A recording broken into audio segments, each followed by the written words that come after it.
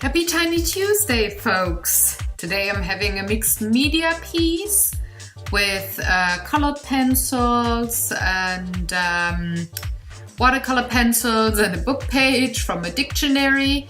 So I'm starting with a page and I'm gluing it down to the cardstock that I always use for the Tiny Tuesdays. And then I'm cutting off the excess.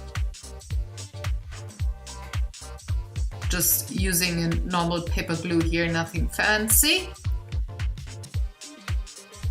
But I only need that much, so I had to cut that piece to size. And I'm having this card here from coloring books that I'm working a lot with, and I will color some of those birdies. And I'm choosing the colors that I'm gonna use. And I'm trying to decide which birds I want to have. And once I had that down, I started coloring them and then shaded all of them as well. So there's 2 colors for every bird that I'm going to color, and there's 4 of them in total. It's very, very little images. But I do like the color combinations of the blue and purple and green, so I had to choose them for the birds, though it's probably not that realistic, but I just like the colors, they pop. So that was a nice thing there.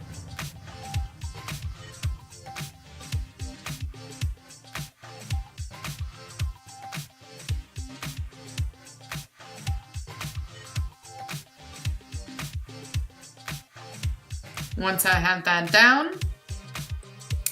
I went on to the next step, which is paint thinner and smoothing everything out. I don't want to see the coloring lines, and paint thinner helps with that a lot, especially if you use oil-based pencils like I do.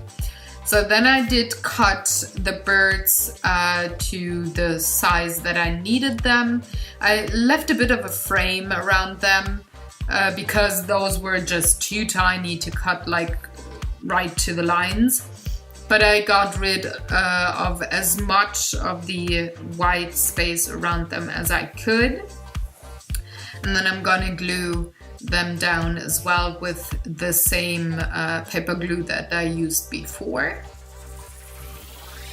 And I'm gonna cut out the excess left and right as well, because the birds are a tiny bit bigger than my paper, or my piece here is wide, so I had to get rid of a tiny part of the birdies.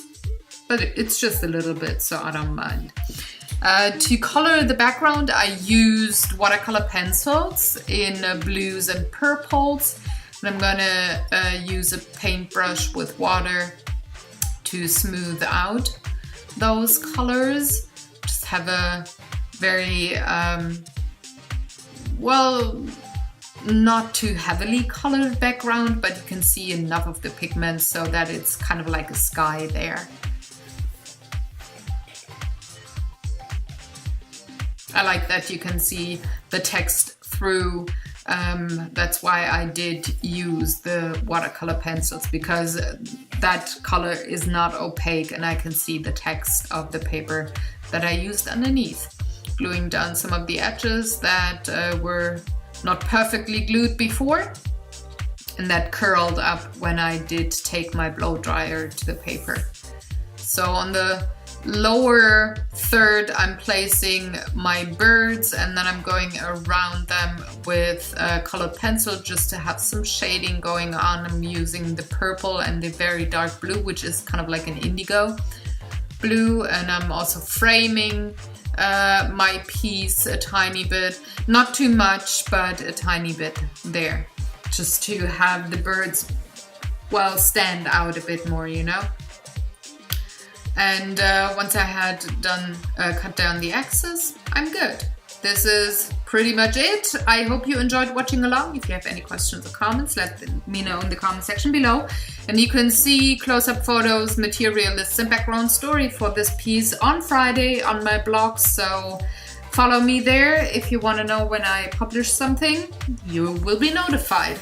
Have fun, everybody, and I will see you very soon. Bye!